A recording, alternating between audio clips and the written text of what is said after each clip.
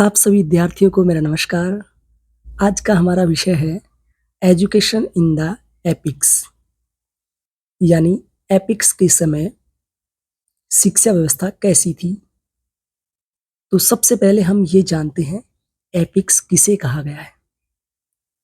तो देखिए विद्यार्थियों, एपिक्स का मतलब महाकाव्य होता है। ये आप देख पा रहे हैं, महाकाव्य।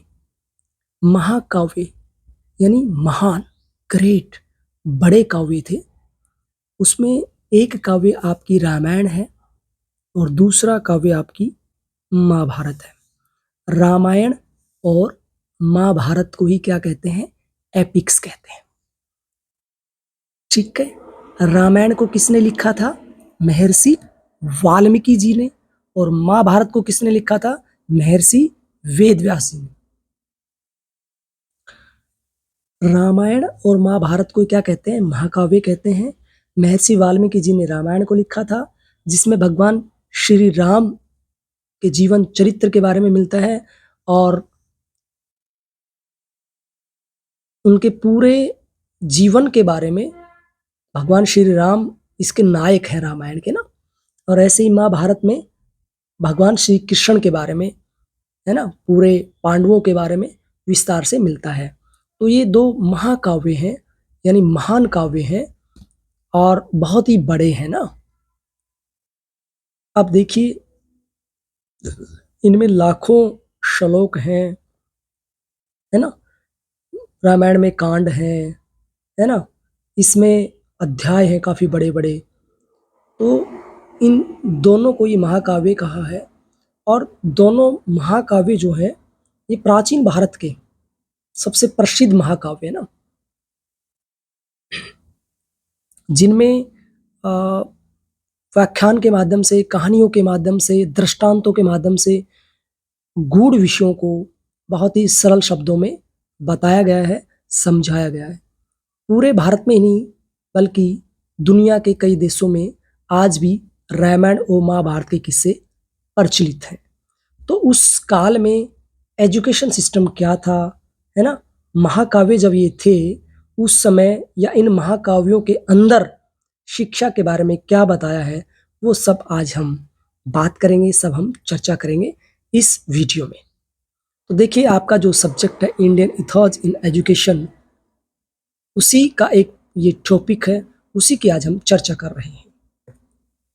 तो देखिए, उस समय बताते हैं कि बच्चे का जब जन्म होता था, उसके बाद वो कुछ बड़ा होता था।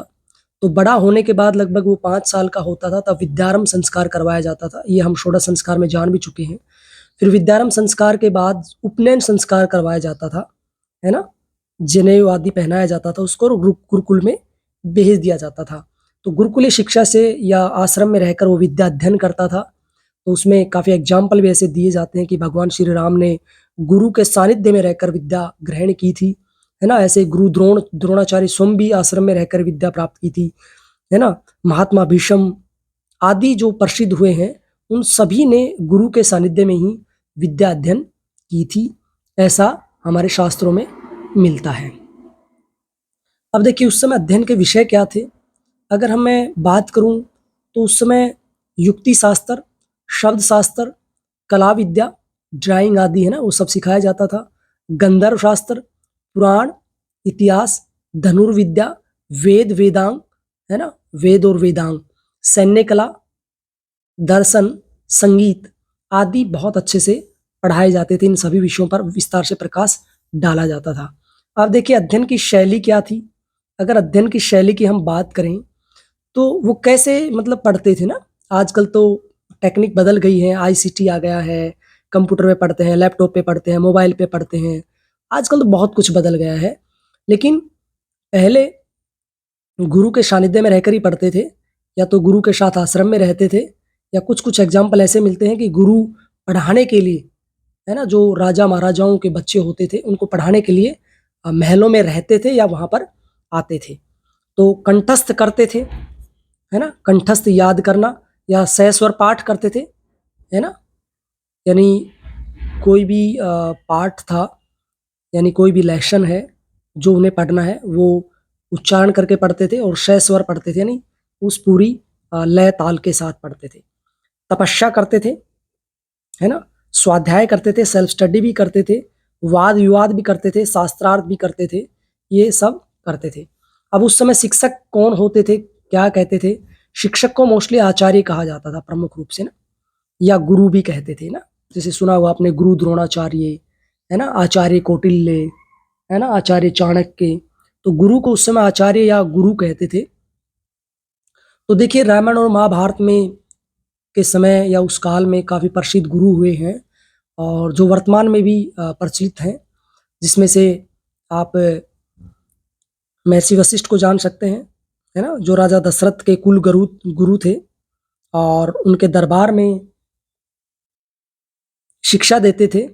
और जब भगवान श्री राम को भी वैराग्य हो जाता है, तब विश्वामित्र जी निवेदन करते हैं महर्षि वशिष्ठ से कि आप ज्ञानी हैं और आप श्री राम का द्वंद्व दूर कीजिए, इन्हें आप ज्ञान दीजिए, वास्तविक ज्ञान दीजिए, यथार्थ ज्ञान दीजिए, मैं आपसे निवेदन करता हूँ, मैं आपसे प्रार्थना करता हूँ। तो ये सब वर्णन आपको योग वशिष्ठ जो पुस्तक है उसके अंदर मिलता है। ऐसे विश्वामित्र, है ना, जो तपस्या करते थे वनों में जंगलों में रह के, तो राजा दशरथ के साथ भी इनका संवाद मिलता है। सांदीपनी, है ना, द्रोणाचार्य, गुरु द्रोणाचार्य तो फेमस है ही, परशुराम, कणव ऋषि आदि ऐसे प्रसिद्ध गुरु हुए हैं भारतीय सनातन पुरातन संस्कृति में, जो प्राचीन काल में भी प्रसिद्ध थे, वर्तमान में भी प्रसिद्ध हैं। और आपने देखा होगा कि एकलव्य, उपमन्यु, आरुणि, वेद, कहानियां, है ना, ये सब उस समय एग्जाम्पल हैं कि एकलव्य ने कैसे ज्ञान प्राप्त किया, उपमन्यु ने कैसे किया, आरुणि ने कैसे ज्ञान प्राप्त किया, है ना। उस समय उनको वेद और वेदों से जुड़ी हुई, उपनिषदों से जुड़ी हुई कहानी आदि पढ़ाई जाती थी, उन्हें ज्ञान दिया जाता था, उन्हें तैयार किया जाता था ना, अलग अलग कौशल उन्हें दिए जाते थे, उन्हें जीवन में कुशल बनाया जाता था, है ना, जीवन में भी और व्यवहार में भी उन्हें कुशल बनाया जाता था, ताकि वो कहीं भी मार ना खाएं। आगे हम बात करें शैक्षिक संस्था, है ना, शैक्षिक संस्था की हम बात करें, एजुकेशनल इंस्टीट्यूट कह सकते हैं, आजकल स्कूल कॉलेज यूनिवर्सिटी जो बन गए हैं। उस समय आश्रम होते थे, है ना, उसके बाद गुरुकुल बने थे, यानी गुरु के कुल में या गुरु के सानिध्य में, है ना, आश्रम, आचार्य कुलम भी कह सकते हैं। तो उस आचार्य कुलम में, आश्रम में या गुरुकुल में अनेक विभाग होते थे, है ना, बड़े बड़े आश्रम होते थे। और उनमें अगर हम बात करें, जो आश्रम है, 8 आश्रम प्रमुख थे। तो एक आश्रम अग्नि स्थान होता था, एक ब्रह्म स्थान, एक विष्णु महेंद्र स्थान, विवस्वत स्थान, सोम स्थान, गरुड़ स्थान, कार्तिकेय। तो अग्नि जो स्थान होता था उसमें पूजा स्थल होता था, है ना, हवन यज्ञ आदि की जितनी भी पूजा पाठ पद्धतियां थी, वो स्थान होता था। जैसे आजकल एक मंदिर होता है ना, कुछ स्कूल्स में, कुछ गुरुकुल्स में। दूसरा वेद अध्ययन, ब्रह्म स्थान होता था जहां पर वेदों का अध्ययन किया जाता था, ऐसी जगह होती थी बच्चों के बैठने के लिए, है ना। अलग अलग आजकल कमरे नहीं होते, स्टडी रूम है, ये पूजा घर है, इस तरह से। तीसरा विष्णु स्थान होता था, यानी राजनीति विद्या जहां जहां पर दी जाती थी ना, उसको विष्णु स्थान कहते थे। विष्णुगुप्त, चंद्रगुप्त, है ना, चाणक्य, ये सब उन्हीं को ही कहते हैं। तो वो राजनीतिज्ञ थे, अच्छी नॉलेज थी उन्हें, तो राजनीति की विद्या जो दी जाती थी उस स्थान को कहते थे राजनीति विद्या, विष्णु स्थान, राजनीति विद्या जहां पर मिलती थी। फिर महेंद्र स्थान, महेंद्र स्थान वो होता था जहां सैन्य अनुभाग होते थे ना, सैनिक जो होते थे उनके अलग अलग अनुभाग होते थे। फिर विवस्वत, ये खगोल विज्ञान के बारे में होती थी ना, ग्रह, नक्षत्र, तारे, इनकी क्या दशा होती है, क्या गति होती है, क्या तिथि है ना, ये सब होता था इसके अंदर, वेद पंचांग आदि सब। अब सोम जो स्थान था वो वनस्पति स्थान होता था, यानी पेड़ पौधे, है ना, जीव जंतु, ये सब इसमें रहते थे वनस्पति स्थान में। वो स्थल होता था वनस्पति, है ना, जहाँ खाद्यान्न भी उत्पन्न किया जाता था, फल फूल लगते थे, ये सब वहां होते थे। गरुड़ स्थान जो था वो परिवहन के लिए होता था, संवहन के लिए होता था, यानी उनको घुड़सवारी भी सिखाई जाती थी, है ना, या वो स्थान आने जाने के लिए भी होता था, है ना, स्पेस होता था, है ना। संवहन के लिए होता था तो उसे गरुड़ स्थान कहते थे। और एक अंतिम जो कार्तिकेय होता था, यानी सैन्य संगठन, सैनिकों का जो संगठन होता था उसे सैन्य संगठन कहते हैं, है ना, वो कार्तिकेय होता था ना। उस दौर के प्रमुख आश्रम कौन से थे उनकी भी हम चर्चा कर लेते हैं इस वीडियो में।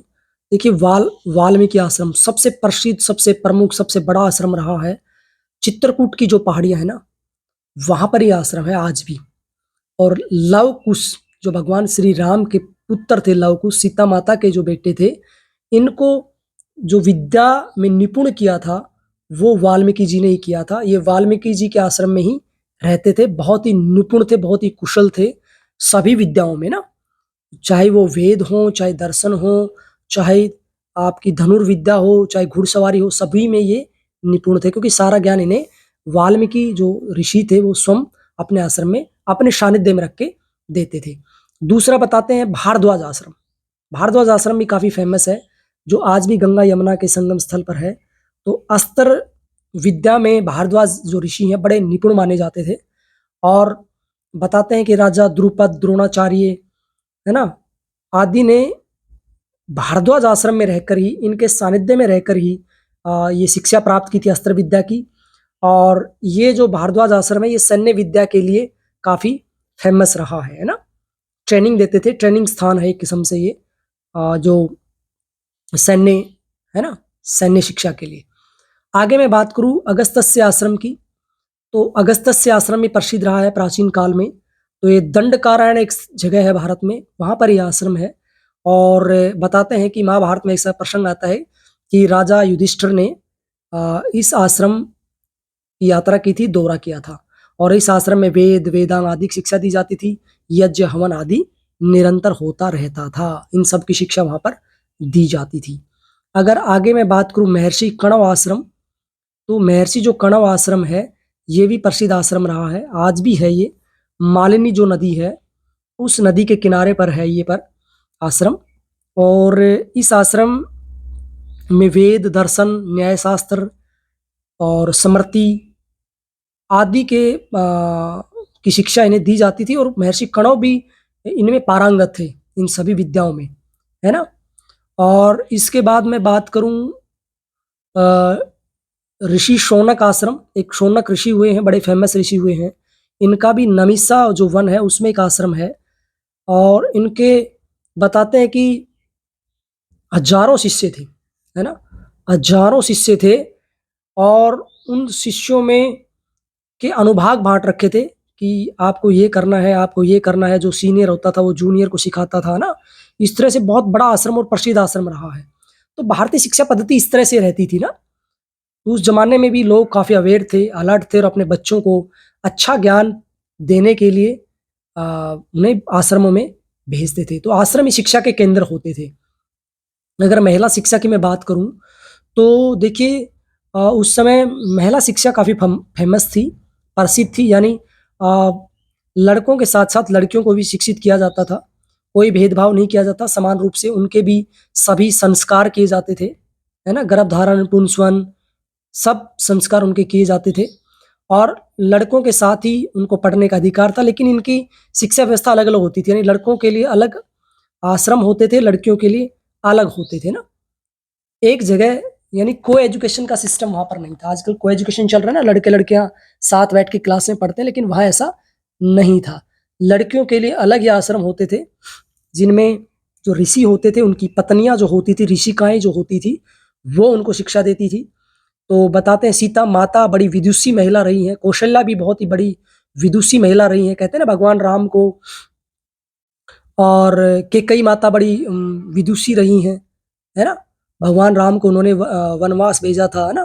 तो वो उनका पीछे तर्क यही था कि अब वो ऐसे नहीं भेजा है कि अपने बेटे को बैठाना चाहती थी भरत को, वो इसलिए भेजा था कि राम को अनुभव हो जाए, वो 12, 14, 15 साल देखे, पब्लिक के बीच में जाए, वनों में जंगलों में भटके, ताकि वो तप करके आए और तब राजा बनेगा, तो वो प्रजा की ठीक से भलाई करेगा, प्रजा की ठीक से सेवा कर पाएगा। ऐसे ऋषि का तारा हुई है, द्रौपदी हुई है, कुंती हुई है, सावित्री जी है ना, और गंगा है, सरस्वती है, ठीक है। शबरी हैं, योगिनी सुला हैं, बड़ी फेमस है, अरुंधति हैं, अरुंधति जो महर्षि वासिष्ठ की पत्नी है, दमयंती है, सांडलिनी है, सुभद्रा है, चित्रांगदा है। ऐसी अनेक नारियां हैं, ऐसी अनेक महिलाएं हैं, ऐसी अनेक वीरांगनाएं हैं, ऐसी अनेक ऋषिकाएं हैं जिन्होंने स्वयं शिक्षा प्राप्त की, जिनके माता पिता इन्हें शिक्षा दिलाना चाहते थे और बाद में इन्होंने अनेक जगह पर दूसरी जो लड़कियां थी या महिलाएं थी उनको शिक्षित किया। तो उस जमाने में महिला शिक्षाओं पर भी काफी जोर दिया जाता था। तो प्रिय विद्यार्थियों, आज का यही विषय था हमारा इंडियन इथोलॉजी इन एजुकेशन में एपिक्स के टाइम में शिक्षा व्यवस्था कैसी थी, महाभारत और रामायण के समय शिक्षा व्यवस्था कैसी थी, इसका सामान्य परिचय हमने जाना। आज के लिए इतना ही। आप सबका बहुत बहुत धन्यवाद।